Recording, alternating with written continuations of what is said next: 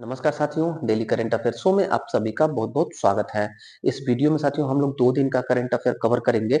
आइए जल्दी से शुरू करते हैं। उससे पहले डेली की तरह कल के करंट अफेयर का क्विक रिवीजन हम करते हैं, फिर पढ़ा जाएगा 2 दिन का करंट अफेयर साथियों। तो पहला प्रश्न आपसे कल पूछा गया था, प्रधानमंत्री ग्राम सड़क योजना के कितने वर्ष पूरे हो गए? उत्तर 25 वर्ष। 25 साल पहले सन 2000 में शुरू हुआ था प्रधानमंत्री ग्राम सड़क योजना। दूसरा प्रश्न पूछा गया था, 25 दिसंबर को राष्ट्रपति ने किस भाषा में संविधान का विमोचन किया? उत्तर संथाली भाषा में। तीसरा प्रश्न पूछा गया था, सरदार उधम सिंह की कौन सी जयंती मनाई गई? उत्तर 126वीं जयंती 26 दिसंबर को मनाई गई थी। 36 गेंदों में 36 गेंदों में शतक लगाने वाले सबसे युवा लिस्ट ए क्रिकेटर बने? तो उत्तर आप करेंगे वैभव सूर्यवंशी। अगला प्रश्न था, राष्ट्र प्रेरणा स्थल के बारे में सही कथन कौन? तो उपरोक्त सभी कथन सही था, हमने पढ़ा था। 25 दिसंबर 2025 को लखनऊ में एलडीए द्वारा निर्मित राष्ट्र प्रेरणा स्थल उद्घाटन पीएम मोदी ने किया। 65 फीट ऊंची, 42 टन वजनी 3 कांसे की प्रतिमा का अनावरण किया गया, जिसमें पूर्व प्रधानमंत्री अटल बिहारी वाजपेयी, दीनदयाल उपाध्याय और श्यामा प्रसाद मुखर्जी की प्रतिमा है। इसमें म्यूजियम, एम्फी थिएटर और हेलीपैड का भी निर्माण किया गया। अगला प्रश्न था, 40वीं एशियाई वाटर बर्ड जनगणना का आयोजन कहाँ किया जाएगा? गोदावरी नदी के मुहाने पर 40वीं एशियाई वाटर बर्ड जनगणना और 60वीं अंतरराष्ट्रीय वाटर बर्ड जनगणना हो रही है। अगला प्रश्न था, भारत की पहली आतंकवाद विरोधी नीति लाने के लिए किसके द्वारा 26-27 दिसंबर 2025 को नई दिल्ली में एक बड़े सम्मेलन का आयोजन होगा? उत्तर होगा एनआईए, नेशनल इंटेलिजेंस एजेंसी के द्वारा, राष्ट्रीय जांच एजेंसी के द्वारा। ये था साथियों कल के करंट अफेयर का क्विक रिवीजन। अब पढ़ते हैं करंट अफेयर टुडे, आज का करंट अफेयर। आज का पहला प्रश्न हमारा है, बिहार का पहला सुपर कंप्यूटर परम रुद्र का उद्घाटन कहाँ किया गया? तो ये बिहार का पहला सुपर कंप्यूटर है, नाम याद रखेंगे परम रुद्र। चर्चा में रहा परम रुद्र क्या है, ऐसे भी प्रश्न हमारी परीक्षाओं में रह सकते हैं। तो परम रुद्र बिहार राज्य का पहला सुपर कंप्यूटर है। इसका उद्घाटन किया गया, इसका उद्घाटन आईआईटी पटना में किया गया था। आईआईटी पटना में देखिएगा, आईआईटी पटना उत्तर है। परम रुद्र सुपर कंप्यूटर है, बिहार का पहला सुपर कंप्यूटर। भारत का राष्ट्रीय सुपर कंप्यूटर मिशन, ये मिशन है साथियों। सुपर कंप्यूटर को डेवलप करने के लिए हमारे देश में एक 2015 में 4500 करोड़ रुपए की लागत से मिशन शुरू होता है, राष्ट्रीय सुपर कंप्यूटिंग मिशन। इसी के तहत आईआईटी पटना में परम रुद्र सुपर कंप्यूटर का उद्घाटन किया गया। राष्ट्रीय सुपर कंप्यूटिंग मिशन कब शुरू हुआ था?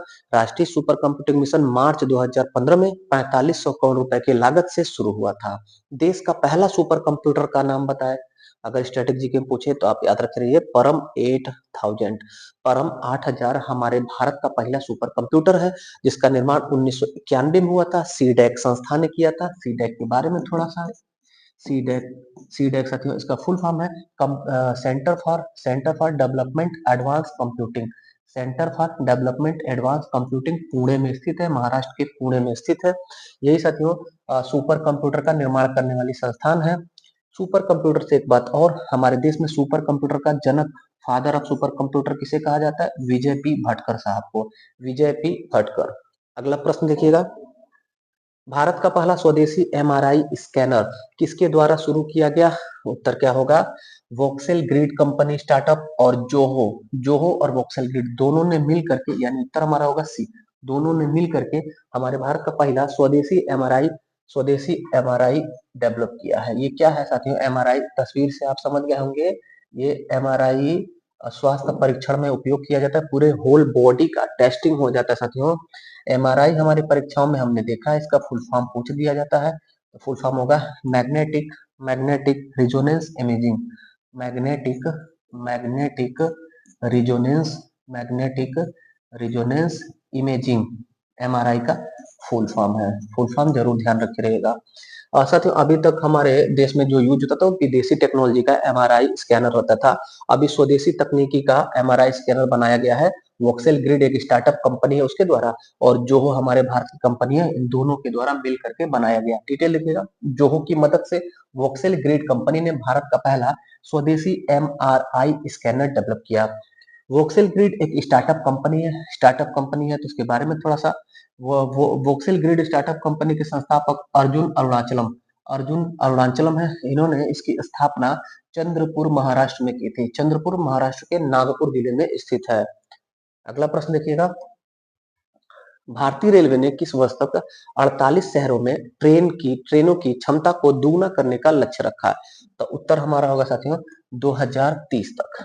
2030 तक इंडियन रेलवे ने दो टारगेट रखा है। एक तो 2030 तक टारगेट लक्ष्य रखा है इंडियन रेलवे ने कि जो भी रेलवे लाइन है और रेलवे लाइन के पास से जो सड़क गुजरता है, जहां पर एक रेलवे क्रॉसिंग होता है, जिसको फाटक भी कहा जाता है, वो सभी रेलवे फाटक मुक्त हो जाएंगे। यानी कि ट्रेन के या तो नीचे से अंडरग्राउंड बनाया जाएगा सड़क, या तो ऊपर से फ्लाईओवर बनाया जाएगा।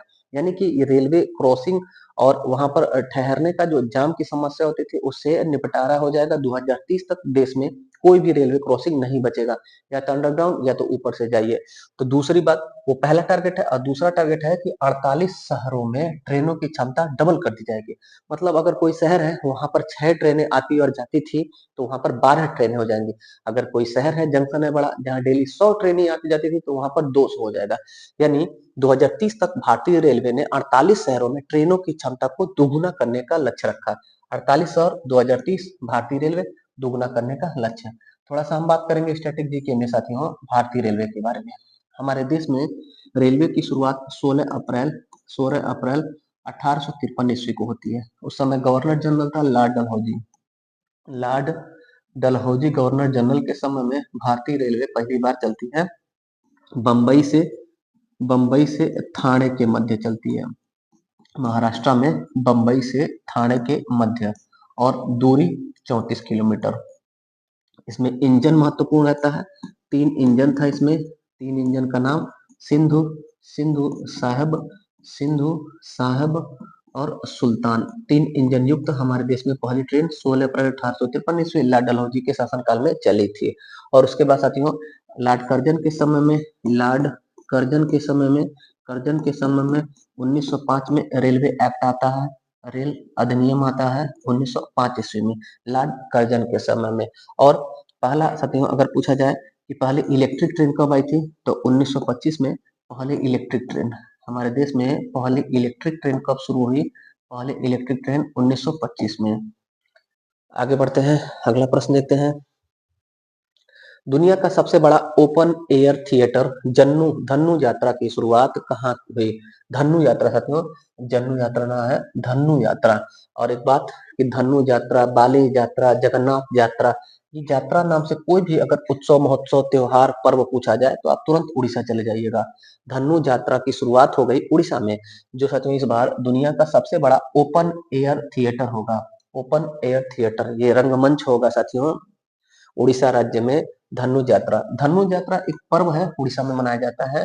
उड़ीसा में हर साल बरगढ़ जिला में 11 दिनों तक यह आयोजित होता है। कहाँ? उड़ीसा में भी बरगढ़ जिला। और इसमें होता क्या है, भगवान श्री कृष्ण की जीवन लीला को दिखाया जाता है, उसका मंचन किया जाता है, प्रदर्शन किया जाता है।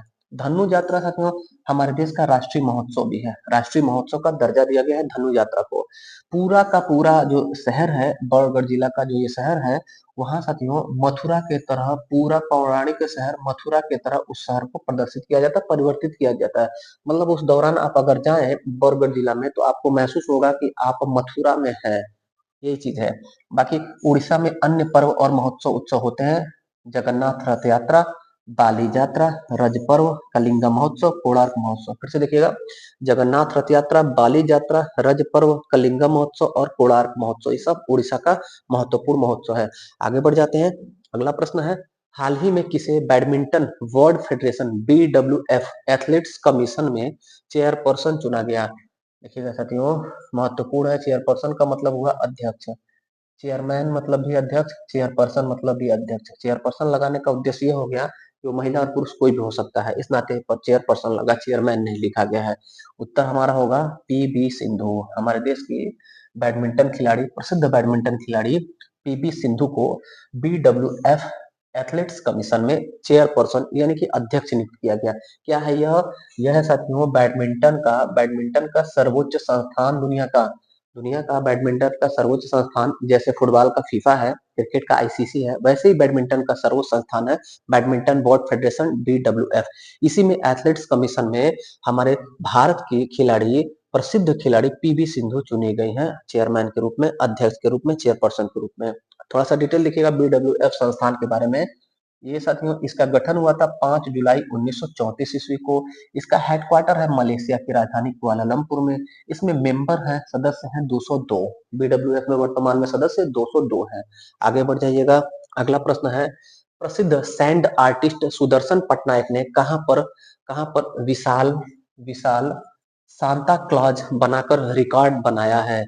वर्ल्ड रिकॉर्ड बनाया साथियों, वर्ल्ड रिकॉर्ड। ये नाम ही इनका साथियों आप याद रखिएगा। एक हमारे देश के प्रसिद्ध सैंड आर्टिस्ट हैं, बालू कलाकार। बालू कलाकार, रेत कलाकार। रेत से अनेक कलाकृतियां बना करके, मूर्ति प्रतिमाएं बनाकर समुद्र के किनारे इन्होंने गिनीज वर्ल्ड रिकॉर्ड और कई नेशनल रिकॉर्ड बना है। नाम है सुदर्शन पटनायक। एक बात और साथियों, पटनायक जो है यह विशेष जाति उड़ीसा क्षेत्र में आपको मिलेगी। बताने का उद्देश्य हमारा यह है कि पटनायक नाम से कोई भी प्रसिद्ध व्यक्तित्व अगर परीक्षा में पूछा जा रहा है तो आप उड़ीसा ट्रिक कर सकते हैं। जैसे आपको याद होगा नवीन पटनायक उड़ीसा के साथियों मुख्यमंत्री रहे। सुदर्शन पटनायक उड़ीसा से ही है और सैंड आर्टिस्ट है। इन्होंने अभी वर्ल्ड रिकॉर्ड बनाया। क्या बनाया? तो विशाल सांता क्लॉज का प्रतिमा बनाया उड़ीसा में। उड़ीसा में भी कहा, ये तस्वीर देखिएगा, यही कलाकृति इन्होंने बनाई उड़ीसा में समुद्र के तट पर। डिटेल देखिएगा। सुदर्शन पटनायक जो सैंड आर्टिस्ट है, इन्होंने विश्व की सबसे बड़ी सेब और रेत से बनी सांता क्लॉज की आकृति उड़ीसा के नीलाद्रि बीच पुरी में बनाया। बीच का नाम नीलाद्रि बीच, जगह पुरी, राज्य उड़ीसा। उड़ीसा के पुरी के नीलाद्रि बीच में सांता क्लॉज और सेब से और रेत से सांता क्लॉज की मूर्ति बनाई। फिर से देखिएगा, ये रेड कलर का जो आपको दिख रहा है ये एप्पल है साथियों, सेब है और बाकी बालू है। समुद्र के तट पे इन्होंने बनाया। इनका नाम ना भूलिएगा, याद रखिएगा। सुदर्शन पटनायक हमारे देश के सैंड आर्टिस्ट, रेत कलाकार हैं। अगला प्रश्न हम देखते हैं। आपराधिक जांच ढांचे को सुदृढ़ करने के लिए भारत सरकार ने नेटग्रिड को किसके साथ जोड़ने का निर्णय लिया है? नेटग्रिड साथियों, नेटग्रिड को जोड़ा जाएगा एनपीआर से, national population register. National population register को नेटग्रिड से जोड़ा जाएगा। क्या है पहली बात कि इसका उद्देश्य क्या है, फिर हम आगे बढ़ते हैं। ये उद्देश्य है आपराधिक जांच ढांचे को सुदृढ़ करना। आपराधिक जो जांच होता है उसके ढांचे को सुदृढ़ करने के लिए राष्ट्रीय खुफिया ग्रिड नेट ग्रिड, जिसका गठन 2008 में हुआ था 26 से 11 ताज हमले के आतंकी हमले के बाद गृह मंत्रालय ने नेट ग्रिड का गठन किया था।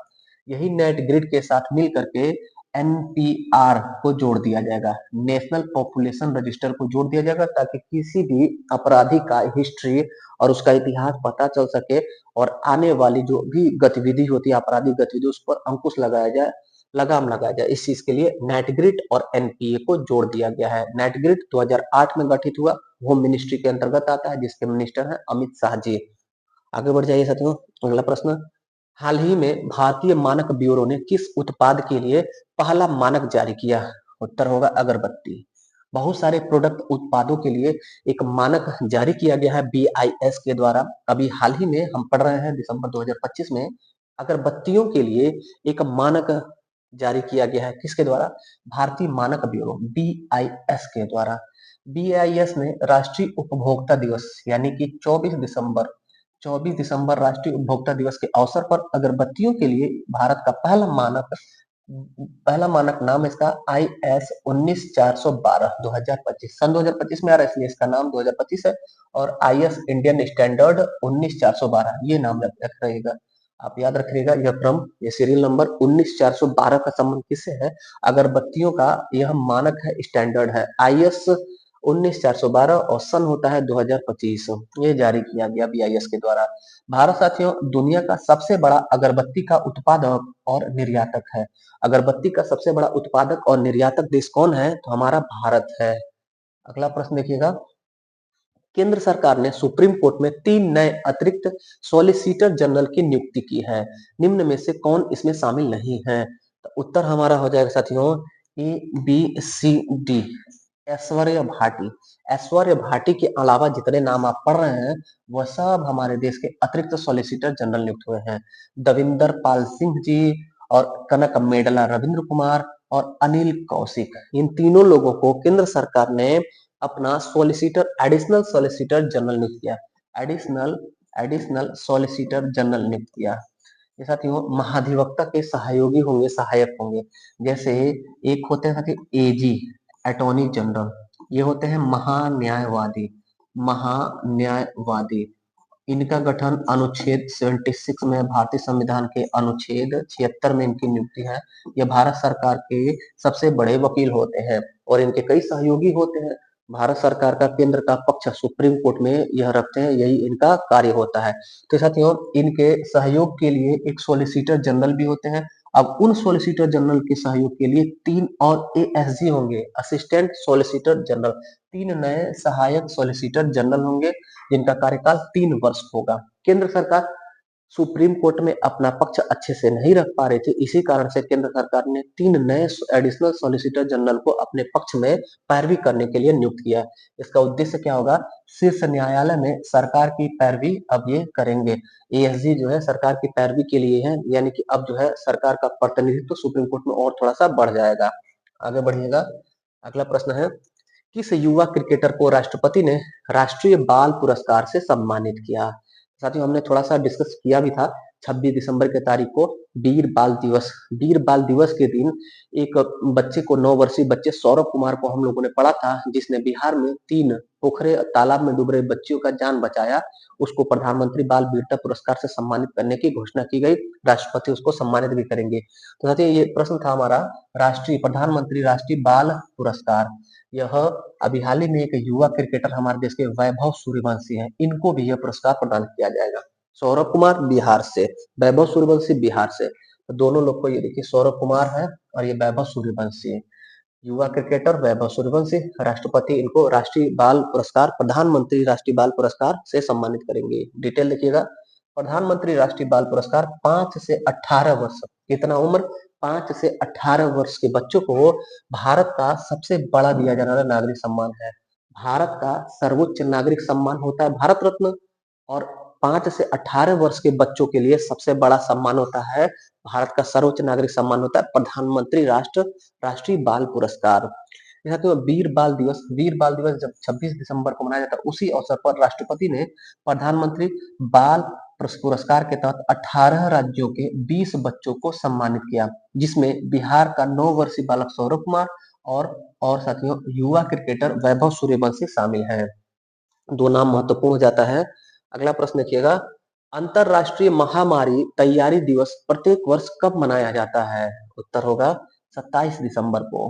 पूरी दुनिया में 27 दिसंबर को अंतरराष्ट्रीय महामारी तैयारी दिवस मनाया जाता है। बाकी ऑप्शन देखेंगे आप तो 26 दिसंबर को साथियों, 26 दिसंबर को 126वां जयंती मनाया गया सरदार उधम सिंह का, और 26 दिसंबर को ही साथियों वीर बाल दिवस भी है। और 22 दिसंबर को राष्ट्रीय गणित दिवस मनाया जाता है, रामानुजन जयंती। और 23 दिसंबर को किसान दिवस, राष्ट्रीय किसान दिवस, चौधरी चरण सिंह जयंती मनाया जाता है। बाकी डिटेल देखिएगा साथियों। 7 दिसंबर 2020 को संयुक्त राष्ट्र महासभा द्वारा इसकी घोषणा की गई कि मनाया जाएगा ये दिवस। क्यों मनाया जाता है? तो हमारे दुनिया में और देश में साथियों कोविड 19 महामारी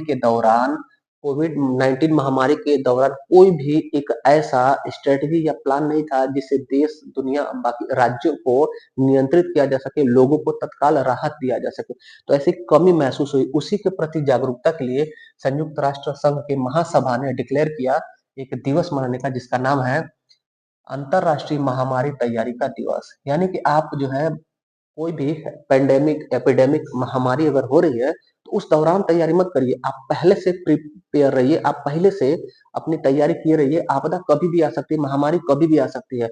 तो उन्हीं सब चीजों की जागरूकता के लिए अंतरराष्ट्रीय महामारी दिवस तैयारी दिवस 27 दिसंबर को संयुक्त राष्ट्र संघ के महासभा के द्वारा डिक्लेयर किया गया। महसूस कब हुआ? कोविड-19 के समय जब दुनिया घबरा गई थी, इधर-उधर हो गई थी, लोगों को नहीं पता था कि क्या किया जाना चाहिए, क्या नहीं किया जाना। बहुत सारे लोग डर करके, उनकी एंटीबॉडी वीक हो गई थी, उनका इम्यूनिटी सिस्टम वीक हो गया था और बहुत सारे लोगों का डेथ हो गया था।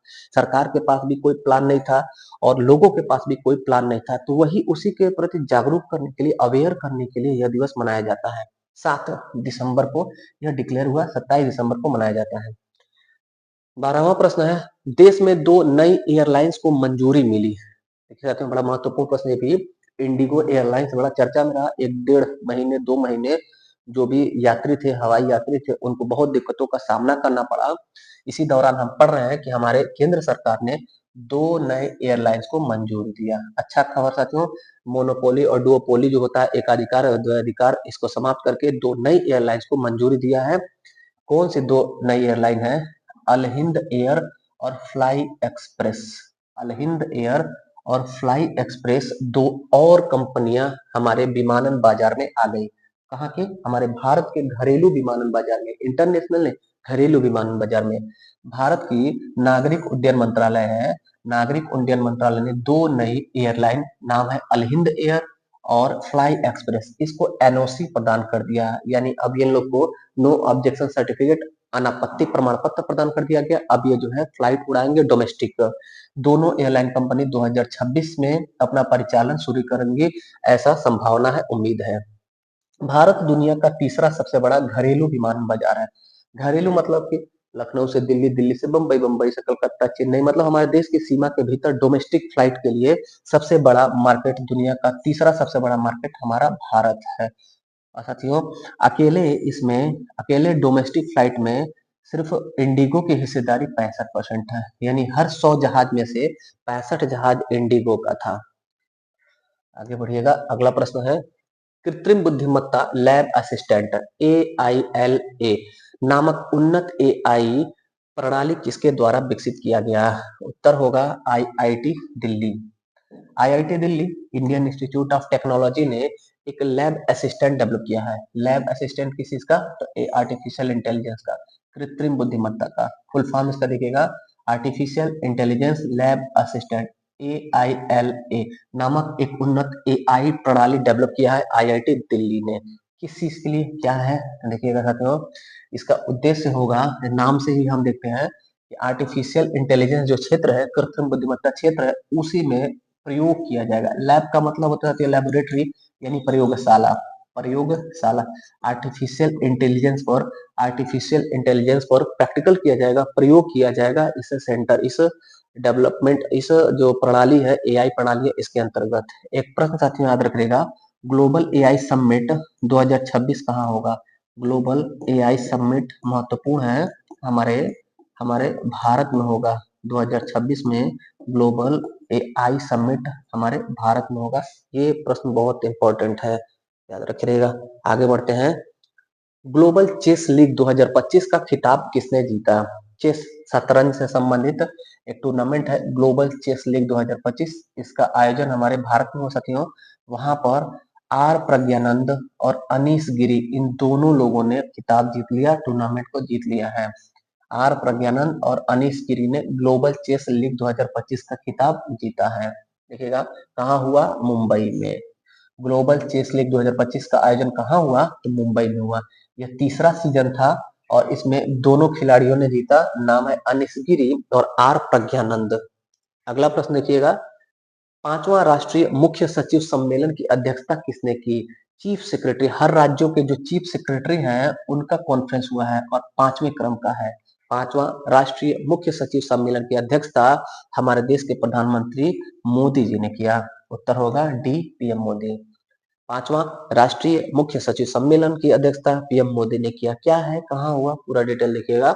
PM मोदी ने 27 से 28 दिसंबर 2025 को नई दिल्ली में मुख्य सचिवों के 5वें राष्ट्रीय सम्मेलन की अध्यक्षता की। 5वें क्रम का है, तो पहला कब हुआ था? जून 2022 में हिमाचल प्रदेश के धर्मशाला में। जून 2022 में हिमाचल प्रदेश के धर्मशाला में पहला मुख्य सचिवों का सम्मेलन हुआ था। इस वर्ष का थीम क्या है? 2025 का थीम है विकसित भारत के लिए मानव पूंजी। विकसित भारत के लिए मानव पूंजी मुख्य सचिवों के राष्ट्रीय सम्मेलन का थीम था 2025 का। अगला प्रश्न देखिएगा, 33 साल बाद किस राज्य को टाइगर स्टेट घोषित किया गया? टाइगर स्टेट उसको कह सकते हो जहां पर टाइगर की संख्या पाई जाती है, टाइगर को देखा जाता है। तो 33 वर्ष पूर्व गुजरात टाइगर राज्य था, लेकिन साथियों कुछ कारणों से यहाँ पर एक भी टाइगर नहीं देखे गए, इस कारण से इसको यह दर्जा से हटा दिया गया था। पुनः से 33 साल बाद टाइगर स्टेट का दर्जा प्राप्त कर लिया है गुजरात। क्या कारण था? तो एक बाघ यहाँ पर देखने को मिला है, देखिएगा अभी समझ में आ जाएगा।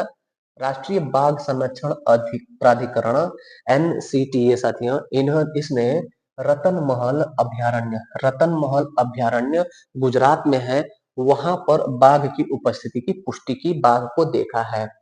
गुजरात में अंतिम बार 1989 ईस्वी में, राष्ट्रीय बाघ गणना में शामिल हुआ था। मतलब 1989 में लास्ट टाइम में जब बाघों की काउंटिंग हुई 4 राज्यों में, तो उसमें गुजरात भी शामिल था। यानी कि बाघ थे, वहां पर काउंटिंग हुआ। उसके अगले बार से यानी 1990 से बाघ विलुप्त हो गया, तो बाघ काउंटिंग में उसको शामिल नहीं किया गया। उसको बाघ राज्य नहीं माना गया, उसको टाइगर स्टेट नहीं माना गया था। बाकी मध्य प्रदेश साथियों, उत्तर प्रदेश, उत्तराखंड, ये सब टाइगर स्टेट है। कर्नाटक भी टाइगर स्टेट है। तब से बाघों के पगचिन्ह के प्रमाण नहीं मिले हैं। 1989 के बाद से बाघों के पैरों के चिन्ह नहीं मिले हैं। अभी क्या हुआ है, गुजरात के दाहोद जिला में रतन महल स्लॉथ बियर अभयारण्य है। ये एक अभयारण्य है, वन्य जीव विहार है साथियों, रतन महल नाम से, गुजरात में, जो स्लॉथ बियर के लिए है। यानी कि ये भालू के लिए अभयारण्य है। यहाँ पर 4 साल का एक बाघ देखा गया, 4 वर्षीय बाघ का बच्चा देखा गया, जिसको सावक कहा जाता है साथियों। 4 वर्षीय सावक को देखा गया रतन महल स्लॉथ बियर अभयारण्य, दाहोद, गुजरात में। इसी कारण से गुजरात को टाइगर स्टेट के रूप में काउंट किया जाने लगा। टाइगर की काउंटिंग अब वहां पर भी होगी। आगे बढ़ जाइएगा। जैव विविधता पर कोप 17 का आधिकारिक लोगो किस देश ने जारी किया? कोप 17 साथियों, ये कोप 17 जैव विविधता का एक सम्मेलन है। इसका आयोजन होगा आर्मेनिया देश में। आर्मेनिया देश ने ही इसका आधिकारिक लोगो जारी कर दिया है। उत्तर होगा हमारा बी। और लोगो दिखेगा, ये सामने आपको लोगो दिख रहा है, येरेवन आर्मेनिया। आर्मेनिया में होगा 2026 में। आर्मेनिया की राजधानी येरेवन में 2026 में कोप 17 सम्मेलन होगा। ये देखिए, जैव विविधता का सम्मेलन साथियों, बायोडाइवर्सिटी का 2026 का कोप 17 सम्मेलन का आयोजन आर्मेनिया देश के येरेवन में होगा, जिसका आधिकारिक लोगो जारी कर दिया गया। साथियों, ये जो है ये कोप 17 है। पिछला अगर पूछा जाए तो कोप 16 का हुआ, तो कैली शहर में हुआ था। कैली, और कैली कोलंबिया में है। कोलंबिया की राजधानी है बोगोटा, लेकिन कोलंबिया के कैली शहर में कोप 16 हुआ था 2024 में।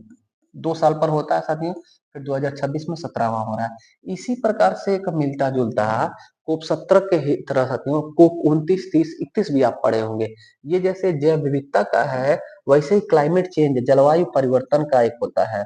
जलवायु परिवर्तन का, क्लाइमेट चेंज का भी कोप होता है। कोप का फुल फॉर्म होता है कॉन्फ्रेंस ऑन पार्टीज 17 जो 2026 में होगा, ये जैव विविधता पर। और क्लाइमेट चेंज पर, जलवायु परिवर्तन पर, जो कोप 30 अभी 2025 में हुआ, इसको भी हम लोग पढ़ेंगे साथियों। देखिएगा, कोप 17 का आयोजन अक्टूबर 2026 में आर्मेनिया में होगा। कोप 16 कोलंबिया के कैली शहर में हुआ। कैली शहर में इस कोप 17 का आधिकारिक लोगो एक दुर्लभ तितली, जिसका नाम है एरिवान एनोमलस ब्लू, यही इसका लोगो है, जिसका तस्वीर आपने यहाँ पर देखा साथियों। एक विशेष दुर्लभ तितली है, यही लोगो है कोप 17 का, जो आर्मेनिया में होगा 2026 में। अब देखिएगा, जलवायु परिवर्तन वाला वो था जैव विविधता वाला कोप, ये जलवायु परिवर्तन वाला कोप है। जलवायु परिवर्तन, क्लाइमेट चेंज का कोप 2025 में ये कोप 30 हुआ है, जो ब्राजील के अमेजोनिया में हुआ है साथियों। और अगले साल कोप 31 तुर्की के अंतालिया में होगा 2026 में। ये हर साल होता है, जलवायु परिवर्तन वाला हर साल होता है। और जैव विविधता वाला, बायोडाइवर्सिटी वाला 2 साल पे होता है। तो 25 वाला, और हम 2024 का भी करेंगे। 2024 सन में कोप 29 अजरबैजान के बाकू में हुआ। हम आपको साथियों कुछ सोच समझ करके 3 वर्ष का बता रहे हैं, क्योंकि हमने परीक्षाओं में देखा है, एक वर्तमान और एक भविष्य और एक पास्ट ईयर का हमसे परीक्षा में पूछा जाता है। तो कोप 29 2024 में हुआ अजरबैजान के बाकू में। इस वर्ष 2025 में कोप 30 हुआ, जलवायु परिवर्तन वाला, ब्राजील का अमेजोनिया में। और कोप 31 अगले साल 2026 में होगा तुर्की के अंतालिया शहर में। ये था साथियों आज का और कल का 2 दिन का करंट अफेयर। कैसा लगा आज का क्लास? कोई फीडबैक, कोई क्वेरी, कोई क्वेश्चन होगा तो कमेंट जरूर करिएगा। वीडियो पसंद आए तो वीडियो को लाइक करिएगा, अपने स्टेटस में लगा लीजिएगा, थोड़ा सा सपोर्ट करिए गुरु जी का। बाकी मिलते फिर अगले क्लास में, तब तक के लिए धन्यवाद। जय हिंद।